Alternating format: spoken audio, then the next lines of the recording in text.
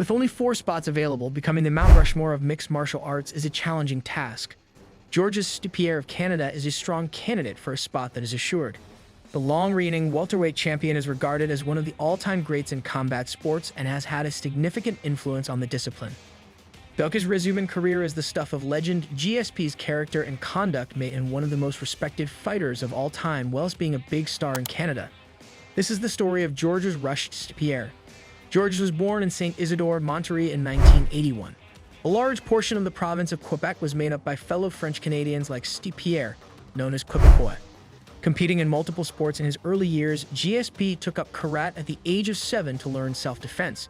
He was unfortunately bullied throughout his childhood, and training in martial arts gave him the confidence he needed to get through this period of time. Briefly working as a bouncer at Garbage Men, he took his first pro fight at the age of 20, equipped with the full arsenal of martial arts experience. After building a record of 5-0 competing in Quebec, he was signed to the UFC and made his debut in 2004 at UFC 46. With back-to-back UFC wins over Carl Perizzian and Jay Heron, he jumped right into a title shot with Matt Hughes, who would go on to become one of GSP's many great rivals. A competitive opening round ended with Hughes submitting St-Pierre with just 1 second left in the round. A loss in his first title fight would prove to be the making of GSP 2.0, as he embarked on a run that would see him ascend to the top of the sport. After competing in 1 fight outside of the UFC following his loss to Hughes, GSP returned to the octagon and produced 5 straight wins between 2005 and 2006. Beating a who's who of the division with wins over Jason Miller, Frank Trigg, Sean Shirk, and BJ Penn, he capped off this run with a huge rematch against Matt Hughes. At UFC 65, St-Pierre produced one of his career's best moments, stopping Hughes in the second round after landing a devastating head kick. Despite being known for his run as a 170-pound champion, a huge bump in the road came in his first title defense. By winning the 4th season of The Ultimate Fighter, Matt Serra earned himself a title shot against the newly crowned champion. Producing the biggest upset in UFC history, Serra shocked the world by TKOing St-Pierre in the first round after dropping him with a huge shot. Despite the devastating setback, GSP wouldn't let this loss define his career. Armed with his all-star team from the Tristar Gym in Canada, led by one of the best minds in the sport, Faris Sahabi, GSP started his road back to the belt. At UFC 74, GSP would meet another one of his iconic opponents in Josh Koscheck, defeating him via unanimous decision.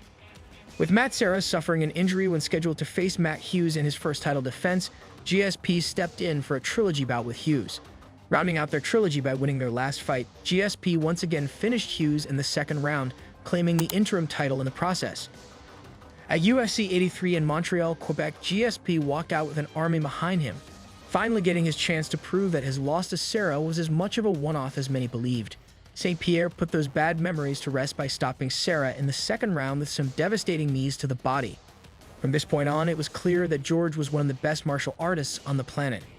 Arguably the most well-rounded fighter the sport has ever seen, GSP used this to his advantage, giving him paths to victory against every style he came up against. His loss to Matt Serra would prove to be the last of his career as he embarked on one of the greatest title runs in MMA history.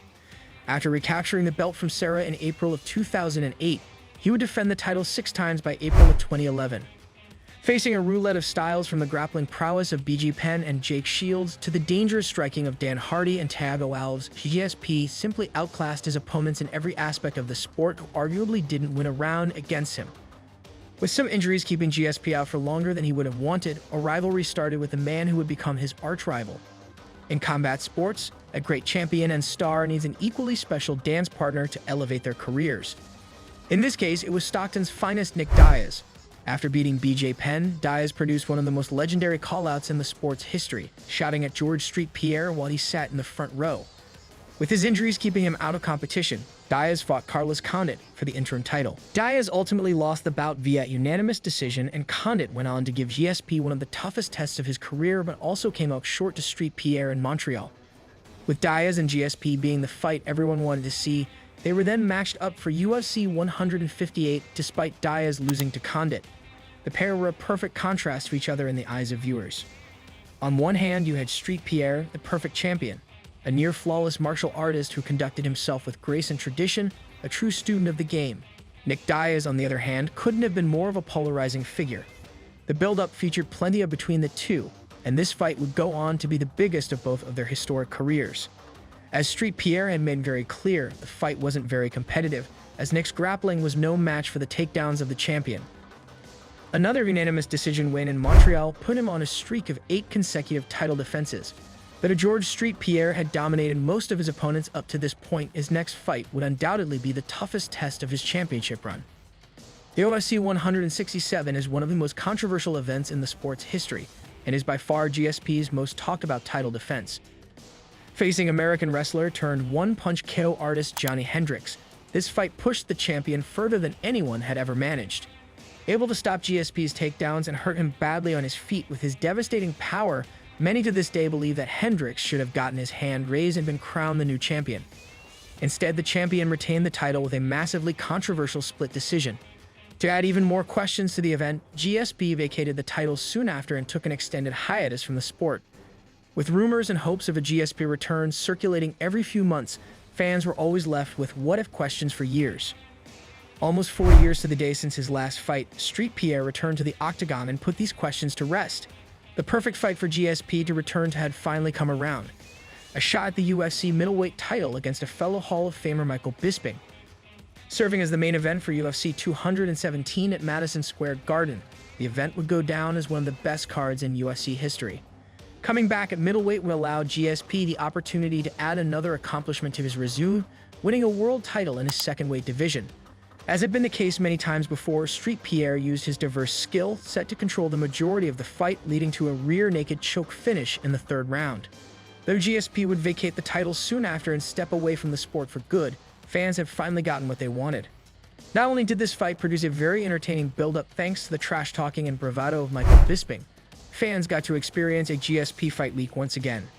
It was an event that had all the hype of a legend returning to the octagon after 4 years away, but once that had sunk in, it felt like George had never really left. Though fans will always question if he'll return, UFC 217 was the satisfying end to his legendary career, especially following the UFC 167 controversy. All in all, Georges St-Pierre was a legend of the sport in every way possible. As always, if you guys enjoyed the video, please be sure to let me know by leaving a like and subscribing to our channel. Apart from that, thanks so much for watching, and we'll see you on the next one.